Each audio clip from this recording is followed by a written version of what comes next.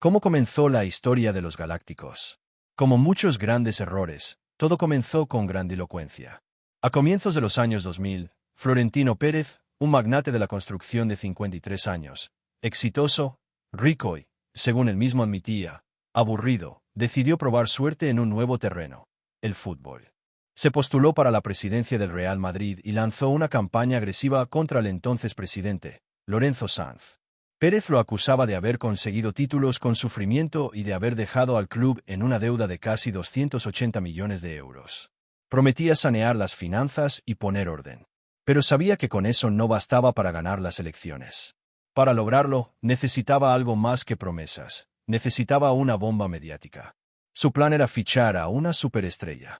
Y no cualquier estrella, sino la más brillante del enemigo eterno, el FC Barcelona. El objetivo era Luís Figo, la estrella del Barça y héroe nacional en Portugal. El secuestro de Figo. Pérez elaboró un plan tan atrevido como inteligente. Se puso en contacto con Paulo Futre, exjugador y ídolo de Figo, quien le presentó al agente del futbolista, José Veiga, un hombre de reputación dudosa. Al principio, Veiga se rió al oír el interés del Madrid, pero cuando le ofrecieron una comisión de 6 millones de euros, su tono cambió. En ese momento, Figo sentía que no se le valoraba lo suficiente en el Barça y quería una mejora de salario. Su intención inicial era utilizar el interés del Real Madrid como herramienta de presión para negociar un aumento. Pero su agente fue más allá. Sin el consentimiento del jugador, firmó un precontrato con el club blanco. Si Figo no lo cumplía, él y Futre tendrían que pagar una cláusula de penalización de 30 millones de euros. Cuando Figo se enteró, quedó en shock. Pero ya era demasiado tarde para echarse atrás. Lo presionaron, lo amenazaron con una catástrofe financiera. Finalmente, accedió a firmar. Así, el Barça recibió una indemnización de 60 millones de euros, Pérez ganó las elecciones y Figo pasó a ser considerado un traidor en toda Cataluña. Zidane. Una servilleta con un sí. Después del éxito con Figo, Pérez estableció una regla no escrita. Cada verano, un fichaje galáctico. En el año 2000, Figo. En 2001, Lutakaba a Zinedine Zidane. El Madrid elaboró una lista de candidatos. Rui Costa, Gaizka Mendieta. Pero a Pérez solo le interesaba uno, Zidane. Comenzó a preparar el terreno con 11 meses de antelación. Durante una cena previa a la Supercopa de Europa, Pérez se acercó al francés con una servilleta. En ella escribió: ¿Quieres venir al Real Madrid? La servilleta pasó de mano en mano hasta llegar a Zidane. Él la leyó, tomó un bolígrafo y escribió una sola palabra: sí. La Juventus no se oponía con firmeza a su salida. Cuando ficharon a Zidane, no solo lo hicieron por fútbol, sino también para abrir nuevos mercados en Argelia y Marsella. Sin embargo, tras una lesión de Del Piero, el francés brilló con más fuerza. Aún así, el presidente del club, Agnelli, estaba dispuesto a venderlo por 60 millones de euros. Cuando Pérez escuchó el precio, respondió: lo compraría incluso por 100. Finalmente, el Madrid pagó 77 millones de euros, marcando un récord de traspaso en ese momento. Y con ese movimiento nació una nueva filosofía, un equipo construido sobre símbolos mediáticos. Ronaldo, el regreso del fenómeno. En 2002, Florentino logró otra proeza: fichar a una verdadera leyenda, el brasileño Ronaldo. Acababa de ganar la Copa del Mundo, había marcado 8 goles y demostrado al planeta que el fenómeno había vuelto tras años de lesiones. Pero en el Inter, Ronaldo tenía un conflicto abierto con el entrenador Héctor Cooper. Le lanzó un ultimátum al club: o él, o yo. El club eligió al entrenador. Ronaldo salió del Inter por 45 millones de euros. Durante mucho tiempo había soñado con jugar en el Real Madrid, junto a su compatriota Roberto Carlos. Así, en tan solo 3 años, Florentino Pérez reunió a 3 ganadores del Balón de Oro en el mismo equipo: Figo, Zidane y Ronaldo. Glamour galáctico, genio sin equilibrio. Pérez no quería solo un equipo fuerte, quería una especie de banda pop futbolística, una constelación de estrellas que fascinaran al mundo entero. El espectáculo mediático se volvió más importante que la táctica. Si no eras una estrella, estabas en peligro. El mejor ejemplo fue Claude Makélélé. El francés era esencial en el equilibrio del equipo.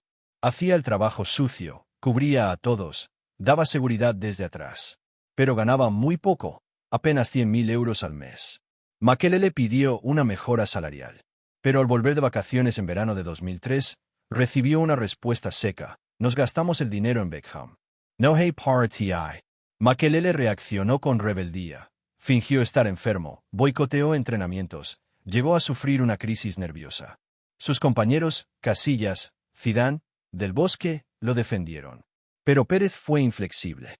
Uno de sus directivos incluso gritó: «Gente como tú debería estar agradecida de jugar gratis en el Real Madrid». Cuando finalmente le ofrecieron un salario similar al de Zidane, ya era tarde. Makelele se marchó al Chelsea. Y Pérez respondió: «Tiene técnica media. Es lento, pasa el balón hacia atrás. No lo vamos a echar de menos». Pero lo echaron de menos. Y mucho. Sin Makelele, el centro del campo quedó expuesto. En la primera temporada sin él, el Real fue eliminado de la Champions en cuartos de final. Luego, durante 6 años consecutivos, cayó en octavos. Comenzó la llamada maldición de Makelele. La pérdida invisible, MC Manaman. Otro jugador vital pero subestimado fue Steve MC Manaman. No era una estrella mediática, pero era el alma del vestuario. Unía a españoles y extranjeros, aportaba equilibrio humano al equipo. Ganaba bastante, cerca de 5 millones al año, y eso irritaba a Florentino. El club simplemente no le renovó el contrato en verano de 2003. Ese mismo verano, el Madrid perdió a 3 figuras clave: Hierro, Makelele y MC Manaman. Y con ellos se fue el espíritu de equipo. 2003, el comienzo del colapso. Sobre el papel, todo parecía brillante. En 3 años bajo el mando de Pérez, el Real ganó 7 títulos, incluyendo 2 ligas y la Champions de 2002. Era el punto más alto de la era galáctica. ¿Qué más podía juntar en un solo campo a Figo, Zidane, Ronaldo y Raúl? Pero la primavera de 2004, todo empezó a derrumbarse. En la Liga, el Madrid lideraba durante buena parte de la temporada, pero en los últimos 10 partidos perdió 7 y cayó al cuarto lugar. En la Champions, fue eliminado en cuartos por el Mónaco. Ganó el partido de ida 4-2, pero perdió el de vuelta 1-3. El gol decisivo lo marcó Ludovic Giuli, el mismo que antes del partido se había burlado de Zidane diciéndole: «No tenemos ninguna posibilidad». A lo que Zizou respondió: «¿No ves que ya estamos acabados?».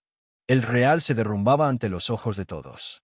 Ya no había físico, ni carácter, ni química de equipo. 3 grandes errores de Florentino Pérez. 1. La pérdida de jugadores clave. En 2003, el club se deshizo de 3 figuras fundamentales. Fernando Hierro, capitán y líder de carácter, respetado incluso por superestrellas como Ronaldo. Lo echaron tras un mal partido contra la Juventus. Una excusa. La decisión ya estaba tomada.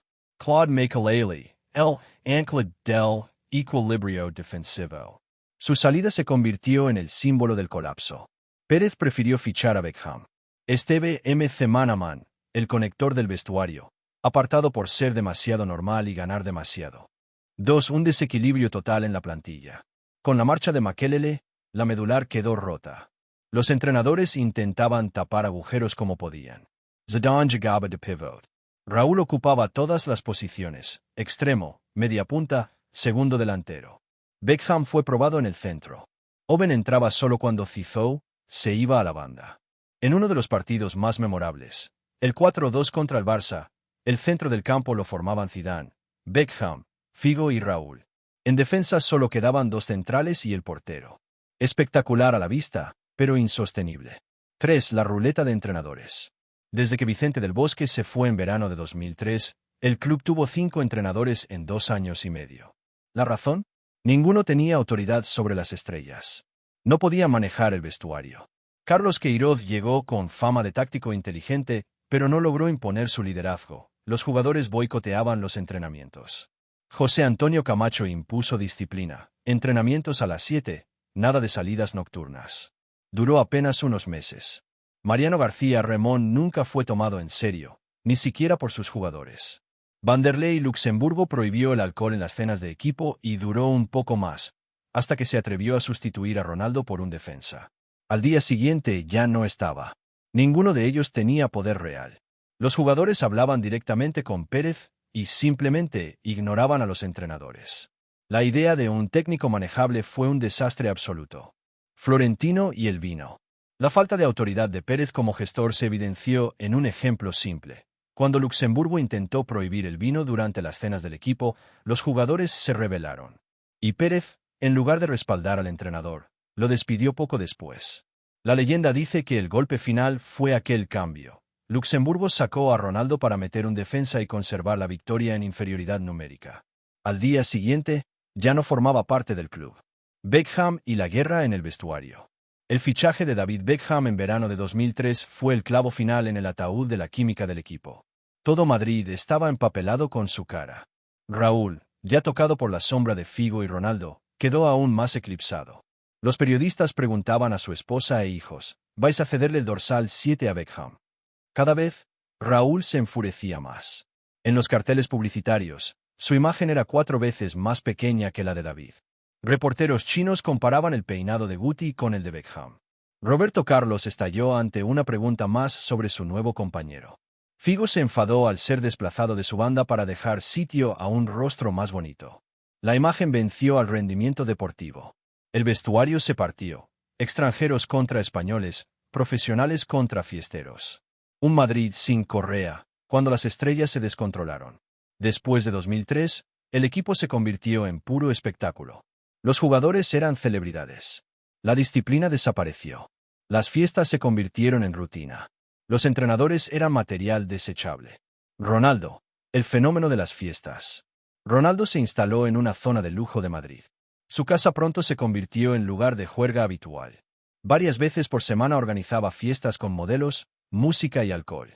Los periodistas lo esperaban fuera, viendo cuerpos borrachos tirados por el jardín. Pero a él no le importaba. Jefe, tú me pagas por meter goles, no por correr, le decía a Pérez. Y tenía razón. Entraba en el segundo tiempo y marcaba. Incluso organizó una boda masiva, fletando aviones para traer a sus amigos de todo el mundo. Un auténtico rey, pero no un profesional. Otros protagonistas. Roberto Carlos bebía cerveza en el desayuno, vino por la noche y los domingos volaba a ver la Fórmula 1. Le motivaban más las carreras que el fútbol. Cicino, llamado a ser el nuevo Cafú, cayó en el alcoholismo. Más tarde confesó que su adicción comenzó ya en el Real Madrid. Figo, Zidane y Beckham se mantenían alejados del alcohol, pero se pasaban el día en sesiones de fotos, pasarelas y campañas publicitarias. Para ellos, el Madrid era solo un trabajo. Los jugadores exigieron que los entrenamientos comenzaran a las 5. Antes nadie viene. Estamos recuperándonos del partido. Pérez transmitía el mensaje a los técnicos. Y ellos obedecían. Conflicto interno y la descomposición del equipo. El vestuario estaba roto. Los extranjeros acusaban a los españoles de tener envidia. Los españoles veían a los foráneos como vagos y superficiales. La idea de un equipo donde las estrellas se impulsaran mutuamente fracasó. Cada uno tiraba hacia su propio ego. Raúl sentía que lo estaban eclipsando. Le irritaba profundamente que Beckham fuese la cara visible del club mientras él, el capitán y emblema del Madrid, se convertía en un jugador más. Se dice que incluso filtraba información a la prensa a través de periodistas amigos para agitar el ambiente. Guti perdió los nervios cuando unos reporteros chinos dijeron que su peinado estaba inspirado en Beckham. Estuvo a punto de llegar a los golpes. Incluso Figo, generalmente sereno y reservado, explotó en un momento y dijo: «Ese payaso, Beckham, va a destruir nuestro club». El golpe final, Sergio Ramos y las palabras que rompieron a Florentino. En febrero de 2006, el Real Madrid sufrió una humillante derrota 1-6 ante el Zaragoza. Fue un desastre, una vergüenza total. En uno de los partidos siguientes, un joven Sergio Ramos marcó el gol de la victoria. Pero el equipo reaccionó con frialdad. Nadie lo abrazó. Nadie celebró con él. Ramos salió ante los micrófonos y dijo la frase que cambiaría el rumbo del club. La unión hace la fuerza. Todo sería diferente si tuviéramos buenas relaciones en el equipo. Florentino Pérez escuchó esas palabras. Y a finales de febrero de 2006, presentó su dimisión. La confesión de Pérez: los malcrié. En la rueda de prensa, Florentino fue honesto. Sergio tiene razón. Algo se ha roto. No me gusta la actitud de los jugadores. Son buenas personas, pero se les ha repetido demasiadas veces que son los mejores. No hablo solo de Ronaldo, hablo de todos. Cometí el mismo error que los padres que les compran todo a sus hijos. Así solo los malacostumbras. Los jugadores han perdido el rumbo. Es culpa mía. Después de eso, se fueron Figo, Zidane, Ronaldo. Las leyendas del club reconocieron que el ambiente era tóxico, los títulos ya no llegaban y la motivación había desaparecido. Zidane se retiró en el verano de 2006. Ronaldo se marchó sin fuerzas. El proyecto galáctico había terminado. Epílogo, lecciones de una era y los rascacielos de Figo, Zidane, Ronaldo y Beckham. En el año 2000, Pérez había prometido eliminar las deudas. Lo consiguió vendiendo la ciudad deportiva del club por 480 millones de euros. Fue una operación polémica. Se decía que el ayuntamiento había pagado de más. Pero ese dinero permitió financiar la era de los galácticos. En el lugar de la antigua sede deportiva, hoy se alzan 4 rascacielos. En el imaginario colectivo, se les llama Figo, Zidane, Ronaldo y Beckham. Hoy se tiende a romantizar esa época. Pero, en realidad, fue una lección sobre cómo destruir un proyecto deportivo. Falta de equilibrio, desprecio por los sistemas, culto al individuo, entrenadores sin autoridad. Y, aún así, como dijo Predrag Mijatovic, esa fue una era tremendamente exitosa. Porque los jugadores de hoy crecieron con esas imágenes. Fue una inversión en la marca. Y aún hoy sentimos su efecto. Florentino regresó años más tarde. Pero volvió como un hombre distinto.